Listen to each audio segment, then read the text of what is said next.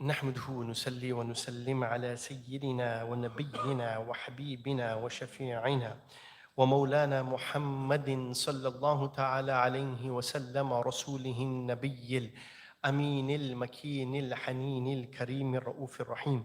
أما بعد فأعوذ بالله من الشيطان الرجيم. بسم الله الرحمن الرحيم.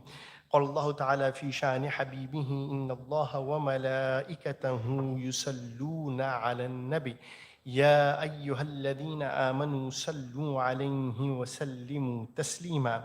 اللهم صل وسلم على سيدنا محمد وعلى آل سيدنا محمد كما تحب وترضى بأن تصلي عليه. بسم الله الرحمن الرحيم. وإن كنتم في ريب مما نزلنا على عبدنا فأتوا بسورة من مثله وادعوا شهداءكم من دون الله إن كنتم صادقين. صدق الله العظيم وبلغنا رسوله النبي الكريم ونحن على ذلك لمن الشاهدين والشاكرين والحمد لله رب العالمين. Most respected ulama, my respected elders, brothers and sisters in Islam, Assalamu alaikum wa rahmatullahi ta'ala wa barakatuh.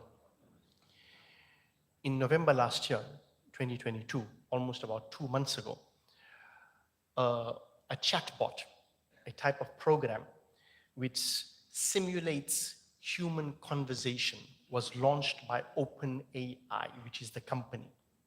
And this chatbot, which is called ChatGPT, which means chat, generative pre-trained transformer model. GPT means generative pre-trained transformer model. It's such an advanced artificial intelligence program that it is the largest language model which has been developed whereby a chatbot basically is a program which mimics human conversation. So it is such a large program, it is such an advanced artificial intelligence AI program that it can create a conversation with you, and very many won't even be aware that you're actually interacting with a computer rather than you interacting with a human being. It is so advanced, right? It has been trained with tons of material. Meaning the manner in which this program was developed was through what we call two processes: supervised learning. Supervised learning is wherein a whole lot of information, right, is put into the machine itself, right? And you have trainers, human trainers, who now create keywords and algorithms and so on, which trains the computer to be able to put certain words together in the English language and to be able to understand what the question is being asked and how to respond to it appropriately based on all the information that it has. So it has a few keywords, right? If you type in those keywords inside there, it manages to understand what the question is, so to speak. And based on all the information that has been downloaded into the servers, right, it is capable of responding to your question to such a point wherein they can write to you about anything, about any particular topic. So if I should have done that actually today. I should have logged on to Chat GPT, and I would have said, today's Jummah lecture, artificial intelligence, to be or not to be. And I should have asked ChatGPT to prepare my talk. That's how intelligent it is. To a point when it has been tested on so many things in terms of language-based model that literally, if you ask it for a fatwa, which was done regarding issues of inheritance, and a tricky issue about inheritance, it gave you an answer. It's better an answer better than any muftis I would have done. It was asked, I'm giving some Islamic example now, it was asked to give you a Rumi type of poetical quote or a word of wisdom or a sentence pertaining to wisdom. And it literally regurgitated some brilliant words of wisdom. It is so popular that in 2 months it has garnered more than 1 million subscribers. More than what it took Facebook and Instagram to garner in a month. This open chat, GTP, has been able to do. People are amazed by its ability. It has all this information. It's not on the internet. All the information is stored on its servers itself.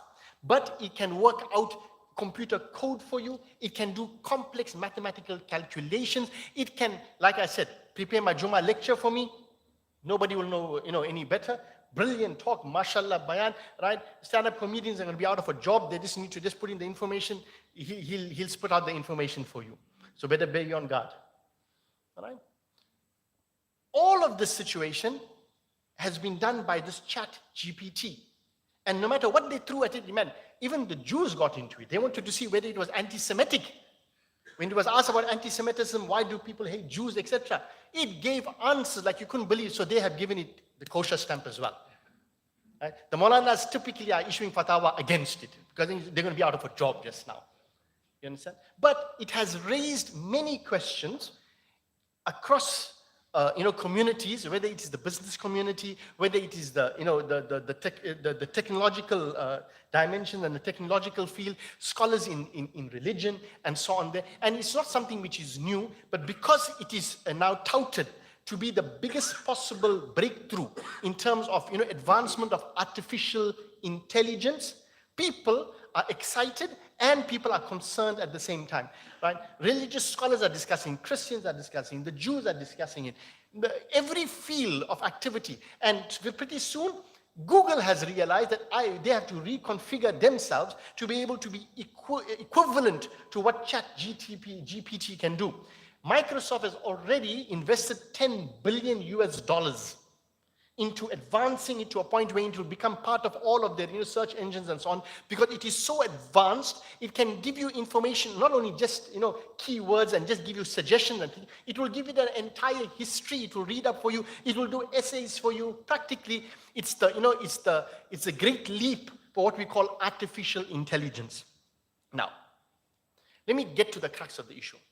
If this has such language learning processing capabilities, and all this information is downloaded, right? And it can, it can create sentences, it can create essays, it can give you answers and philosophical discussions it can have with you, or it can present you a paper on philosophical discussions and so on, and using language and all the algorithms. Look, you have certain laws of language.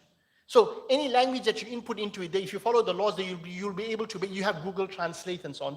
When you can conjure up a sentence, and it's pretty accurate. So my question is, if this is the starting point and one of the major breakthroughs in artificial intelligence, right? What if we asked GTP, right?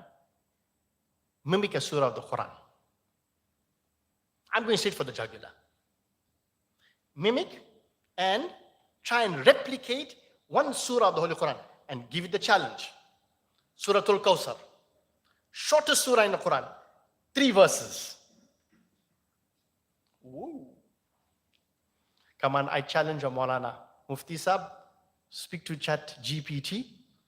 Ask it, Bismillah. Give me a Quranic ayat. Sab khande pad gaye, isn't it?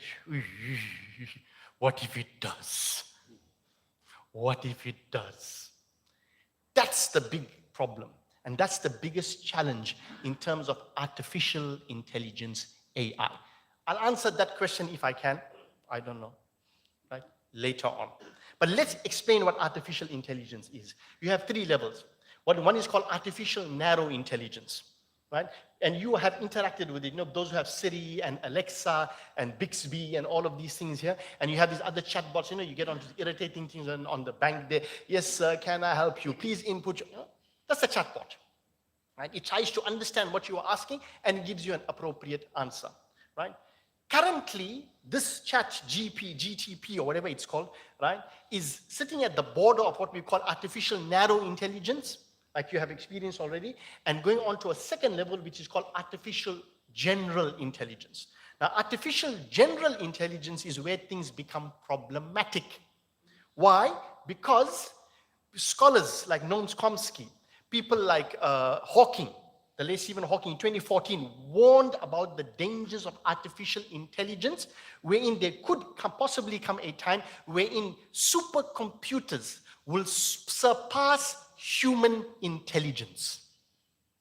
And Ray Kurzweil, who is the father of singularity, wrote about this issue. Firstly, he started off, right, in 1990, I think, with a book called The Intelligence of Machines. In 9 years, he took out another book. Now see, from the intelligence of machines, which is basically, this is where we are at right now, when you are inputting information into it inside there, and you get an output, right? And as these machines become more advanced, they improve. So he went from intelligence of machines to the spirituality of machines. 1999. What does spirituality of machine mean? And this is where the threat is. And this is where the challenge is across the board, beyond religion and whatever it is that these people who are now proponents of AI, artificial intelligence, in spite of the fact that people like Stephen Hawking and Noam Chomsky and great scholars and thinkers of the world have warned about the dangers, are saying, what if these intelligent programs and machines can become so intelligent that they become what they call sentient. This word is very important, come across it very often now. Sentient means something that can perceive and something that can feel. Right now, sentient beings are generally those who are high, living. Right? So if you can perceive, if you have what they call consciousness, I think, Rene Descartes said, I think, therefore I am, consciousness. Or if you have being, you exist. And if you have feelings, you feel sad, you feel angry, right? You can understand emotion, you can analyze emotion, right? The fear is, what if these machines become sentient, when they have senses of perception, right? And feeling, emotions, what we would call conscious, when they become self-aware, that I exist. What happens then? Do we give them the same status as human beings? Because in terms of intelligence, they're going to surpass us. What if a super intelligent now is gone from AI, artificial narrow intelligence, to a higher level, artificial general intelligence, and there's even one even higher than that, which is called artificial specialized intelligence, if I'm not mistaken, ASI, right? Which they say is a pipe dream, Allahu Alam. Right? But in 17 years, Ray Kurzweil, who had spoken about intelligence of spirituality and singularity, he said by 2040, right, which is 17 years from now, there'll be a merger of human beings and machines. So you had Darwinism before, where they wanted us, right, to acknowledge the ape in us and become like the monkeys. By 2040, they will say, look here, you are now man and machine, you are now transhuman. Okay, that's where we are heading at. So this is where the problem is. Now, do you acknowledge this as having its own independent existence? That's the question about artificial intelligence, because it's now creating its own thoughts, right? And it understands what feelings are. So would it be a sentient being? That's the question. And what if it said, I wish to become Muslim? You make it read the Shahada. It knows the Shahada. I can give you the meaning to. Yeah? The Christians are asking the question, is Christ's redemption, that Christ died for everybody's sins? So if these super intelligent machines accept the message of Christ, did Christ die for them on the cross as well? You understand the conundrums. You understand the challenge that will come with artificial intelligence, because this thing will tell you what, you hurt my feelings. Are you going to say, oh, I'm so sorry? Not realizing that it's a machine, that if you take it out of the socket, right, it switches off. I'm not giving a lamba chora discussion because I don't want to bog you down, right? But I hope you got the point, what the basic challenge is regarding artificial intelligence and where it's going. And 17 years are not far away. Okay? What happens there? What happens there? Do we accept that this artificial intelligence could be a sentient being that perceives and feels? So are we going to attribute existence to it? Therefore, my question, artificial intelligence, to be or not to be? Do we accept it as something which is existent and has a consciousness and has being? Because the word being, be, means you have to be in existence. Do we acknowledge, give it some type of human and living status? That's the question. And that is the very big challenge. Well, let's answer the question, inshallah ta'ala, right? Artificial intelligence.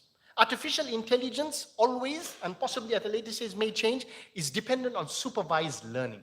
Meaning, information has to be put into it. You have to have a human programmer who is teaching this thing how to respond, etc., etc., etc. And thereafter, it develops its intelligence independently of supervised learning as well. But where the crux is, and I need for you to understand this, is that these machines are a human invention. They are not technically Allah's creation.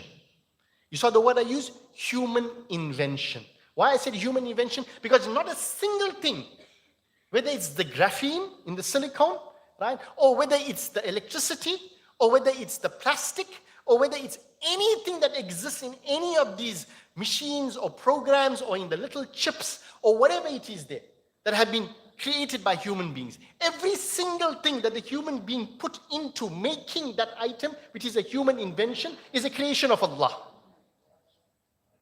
Creation of Allah. Therefore, I said human invention. So what's the distinction between a human invention? Why can't that be something which is regarded as a being? Simple. Allah's creation has being. It is living, it is high. A creation of Allah, which Allah has created, is high, living. It was born. There was a process involved in its coming into being. It is the ruh. It possesses what we would call a soul, which is the animating spirit in it. You understand? Brothers who are in the back, please keep quiet. It is the ruh. It possesses life. Right? It has been created in a certain way, and it has biochemistry, etc., etc. So everything that makes something living, high. The tree is living, high. The tree is going to die.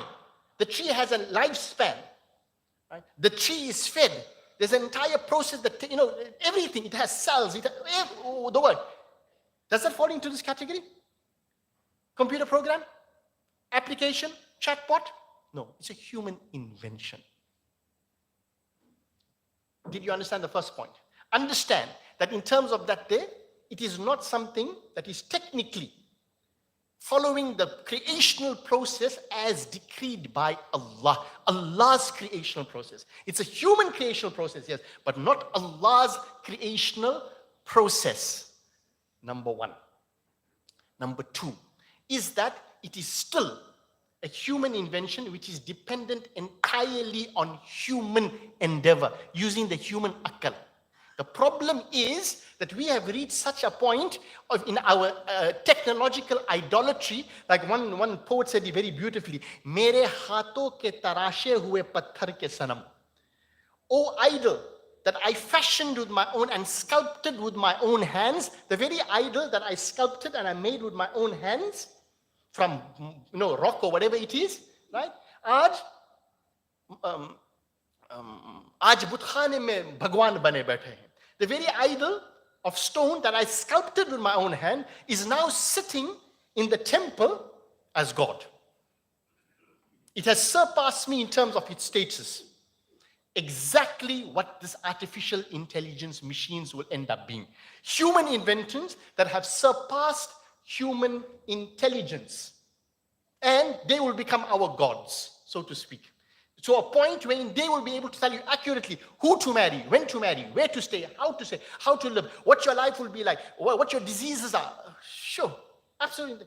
You won't be able to go there. That's artificial intelligence. That's where it's going. So now the question arises. Do we attribute to them a sense of being, wherein they have consciousness, and later on they'll be able to perceive and feel. So they have consciousness and being. Right? So the question is, to be or not to be? Do we attribute that quality to them? Well, ask the bee. Ask the bee. Before you go to artificial intelligence, Islam starts off in terms of intelligence with angelic intelligence. Higher than angelic intelligence is Adamic intelligence. Prophetic intelligence, Adam alayhi salam. He is Muallimul Malakut. He taught the angels. وَعَلَّمَ آدَمَ الْأَسْمَاءَ كُلَّهَا. So you have angelic intelligence, you have Adamic intelligence, Adam alayhi salam, prophetic intelligence, and ultimately is Allah's intelligence. So I don't want to go with the A's. Let's start with the B's first. Right? Let's go with the B. Allah subhanahu wa ta'ala speaks about the bee in the Holy Quran. وَأَوْحَى رَبُّكَ. Allah answered the question already. Artificial intelligence, human invention versus Allah's creation. First question is, can we attribute any sense of being and livingness, being living, to existence to these machines? Allah subhanahu wa ta'ala says, first, look at my creation, وَأَوْحَى رَبُّكَ. And Allah divinely inspires. And who is Allah? The Rabb, the creator, the cherisher, and the sustainer of everything that is in the universe. He inspires the bee. إِلَى النَّحَلِ, to the bee. Why did I use the example of the bee? Well, first thing the Quran is telling you in these first two words, Allah is telling you, Allah inspired it. It means it's been created by Allah using the divine creational system. Rabbuk, Allah is the one who sustains it. All the information and the knowledge that it possesses and has a sense of me, it is high. The bee is living. The bee is going to die. The bee is going to reproduce. The bee has chromosomes. The bee has DNA. The bee has all of these facilities and capacities that are existent in it the moment it comes to life. None of these processes are involved in the invention of a machine. You can't switch off a bee. You can't pull the plug on the bee, even if you have solar power. Right? At one point or the other, that machine is going to stay in one place. It can't move from one point to the other. Right? Understand that first one. وَأَوْحَى رَبُّكَ. What's the difference between artificial intelligence and Allah's intelligence?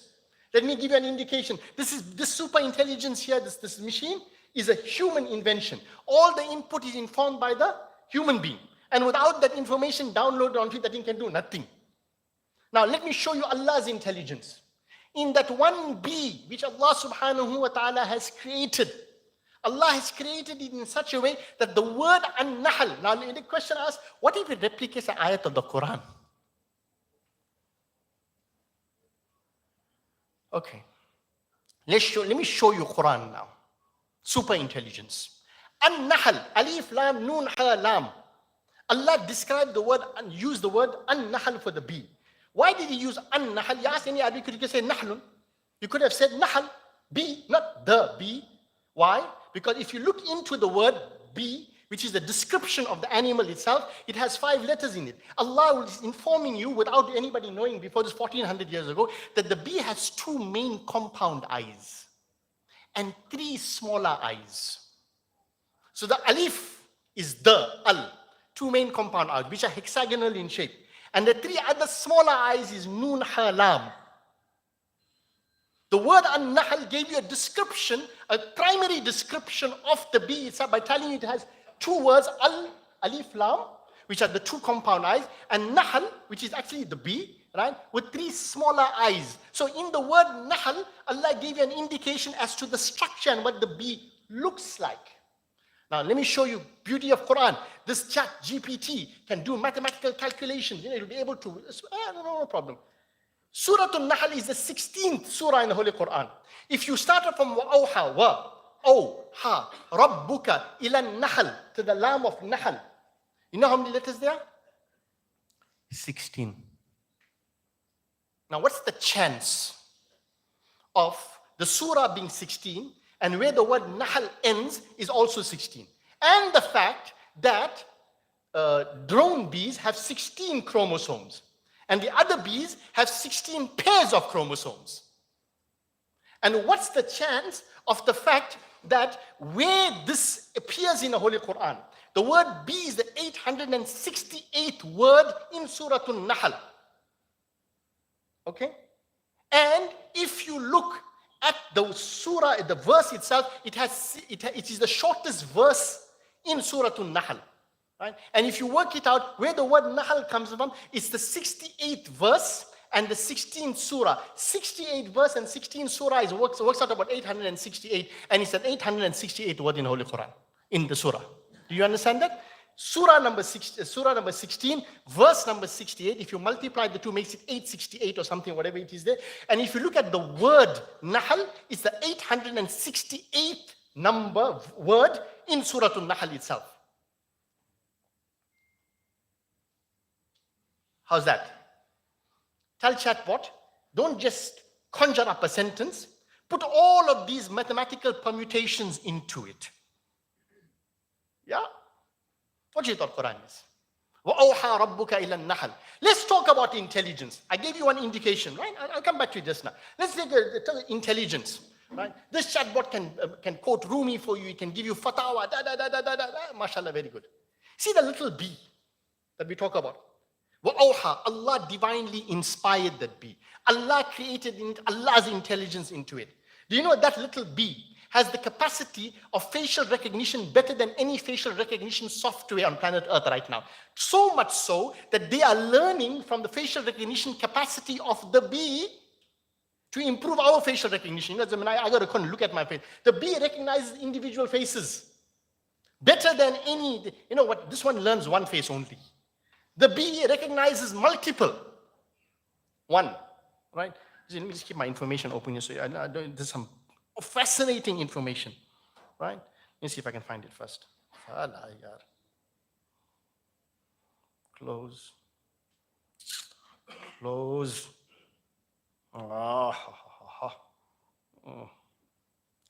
Give me a second. Okay, there's not much stuff here. Number one, right? The bee can solve major mathematical problems. You know, let's take your phone. One of the best apps in that, one of the simplest apps, calculator.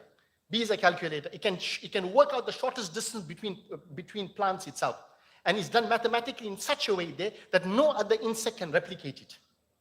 Right? It has facial recognition software. It is a calculator par excellence.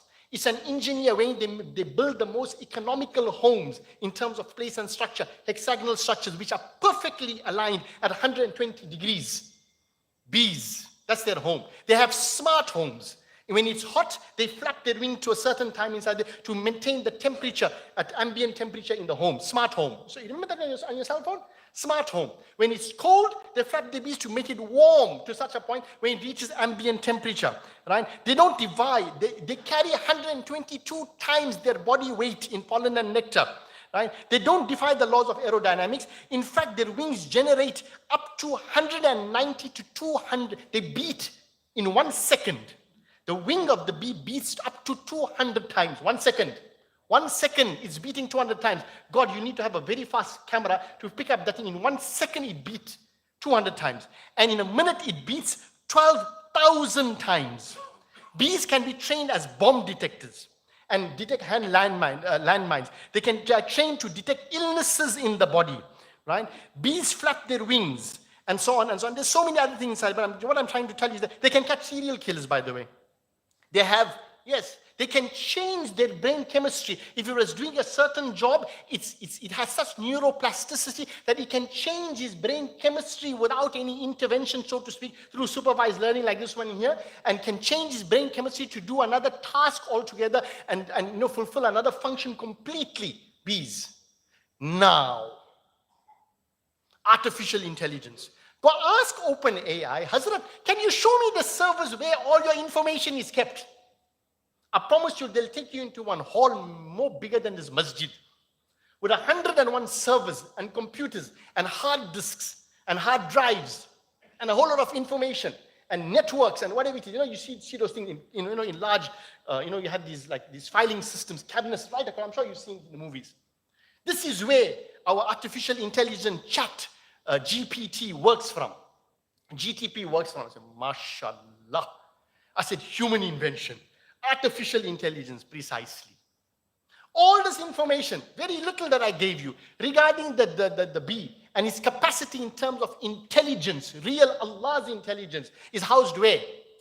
0.5 millimeter, size of a grain of sugar, Baba.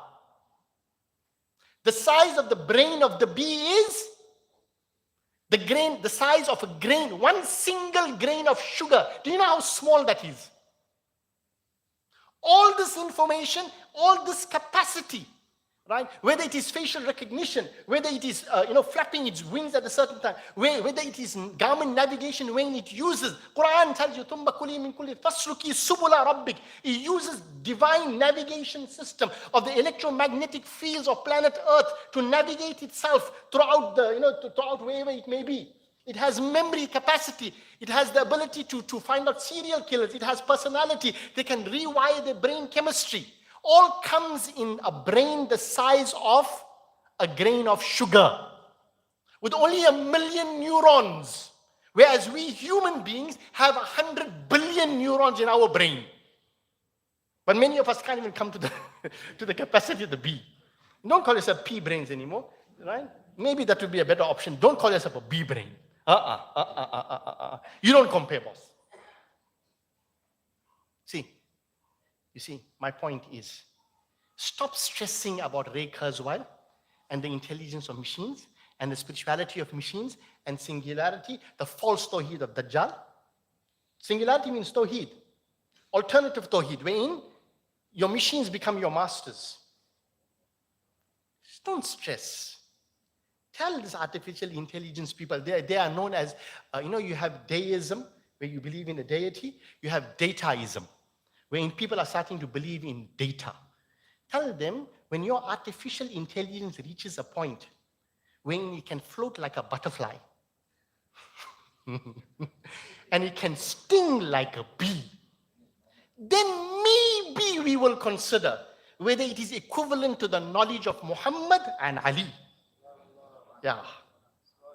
Got that point? Muhammad and Ali. Otherwise, please don't talk to me. Don't talk to me, please. Don't waste my time. Really don't waste my time.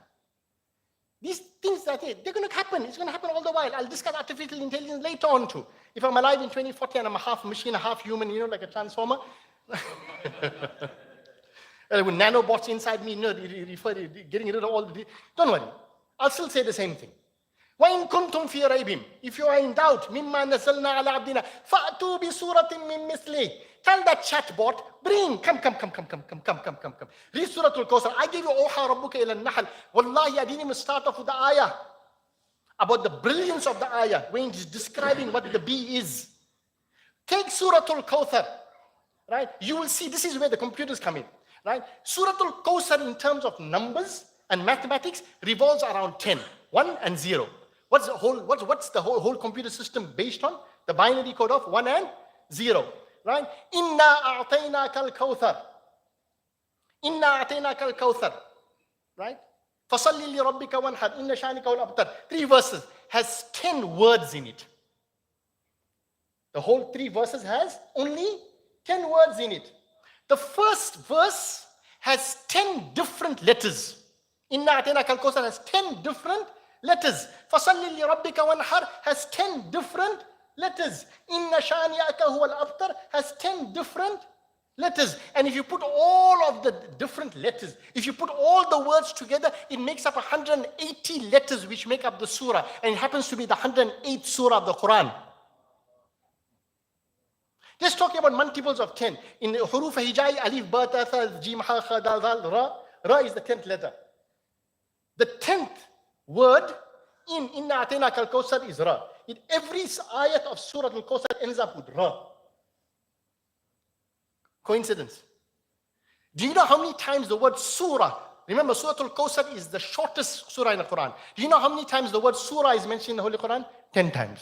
Wait, this is the best one. Surah Al-Kawthar starts off with inna. And that's the last time inna is mentioned in the Holy Quran after that. Right? Do you know what's the first ayah that contains inna? It's Surah Al-Baqarah, verse number 119. And Surah Al-Kawthar is about Rasulullah. Inna a'tainaka al-Kawthar. Surah Al-Baqarah, Surah 119, also has 10 letters completing the ayah. And what is it about? Rasulullah. Inna a'tainaka. Last inna a'tainaka. Last inna in the Quran. First inna starts off with inna arsalnaka. Allahu Akbar. Verily we have sent you. You'll find out about Allah's favors upon you later. First know that He's been sent. Inna arsalnaka bil haqqi bashiran wa nadhira. 10 letters. Inna. I can go on and on and on. Tell chatbot boss. Come. Take all the language you've learned. Come with one surah like Surah Al-Kawthar. Come with one surah like Surah Al-Kawthar. And let me show you, I'll give you Surah Al-Fatiha. I love this one here. Alhamdu alif lam he mim dal. Alhamdu. Alhamd. All praise. How many salahs in a day? 5. Lillahi, lam lam hai. How many do you read loudly? 3. Rabb, 2 words. How many do you read softly? 2. Al-Alameen, 7 words. How many times a day? 5 times a day, 7 days a week. Read from Alhamdulillah al-Alameen. There's 24 letters in 24 hours. We read 5 times Salah, 24 hours in a day, right? In a week, right? And 3 of them are loud, 2 of them are silent. In Surah Al-Fatiha, Alhamdulillah Rabbil Alameen. Come on. Artificial intelligence, take a break. You're still in the artificial. Start with the B first, Baba. Start with the B first before you go to the Alif of Allah. Start with the Nahl. Start with that 1 grain of sugar brain that it has, with 1 million neurons, being able to do that. It contributes plus minus $10 billion to the world economy. Because had it not been for the bee, that your supercomputer can do without. Had it not been for the bee there, who are the main primary pollinators there, we won't have food. You can do without the supercomputer, you can't do without that bee. So tell these fellows, sorry, Mafa, buzz off, man. Wama alayna illa al-balagh. I would just ask by our doctors just to give you a friendly, gentle reminder that if you are unwell, if you're exhibiting signs of any type of illness or cold or whatever it is inside there, due to the fact that these things are picking up again inside there, please either refrain from entering the masjid as a precautionary measure, right, by your own volition, or alternatively, at the very least, keep a mask on, please. It's extremely, it's contagious, so just be careful for everybody as well. Number 2 is that I received a complaint that people are complaining, oh, your people's toilets are dirty. No, you can't walk inside the CG. No problem. You see, we sanitize the toilets. Sanitize, I mean literally sanitize, not even wash, sanitize our toilets. Number 2, they are scrubbed clean. Right? We have toilet paper, we have water, we have everything available.